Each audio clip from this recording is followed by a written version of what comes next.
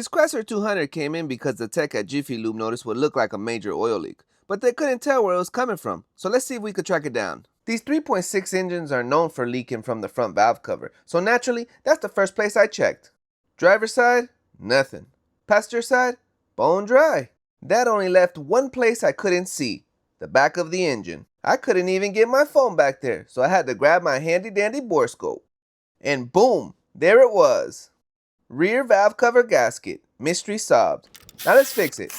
It might not look like much, but I'm like a surgeon keeping this patient from going into cardiac arrest. I don't really know what that means. I just seen it on Grey's Anatomy. Hard to believe a gasket this small can leave oil all over the engine, but that's exactly what happened here. Hit it with that atuget, little zip there. Now we grab my favorite specialty tool, a 2x4.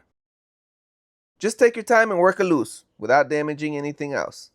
And now you can probably finagle her out little by little. Now it's time for Thor's hammer. These spark plug tube seals have to come out too. Skip them and you'll probably be doing this job all over again. Let's get the new gasket installed. And don't forget a little RTV in the factory corners. That's one of the easiest ways to prevent another leak. Everything goes right back where it came from.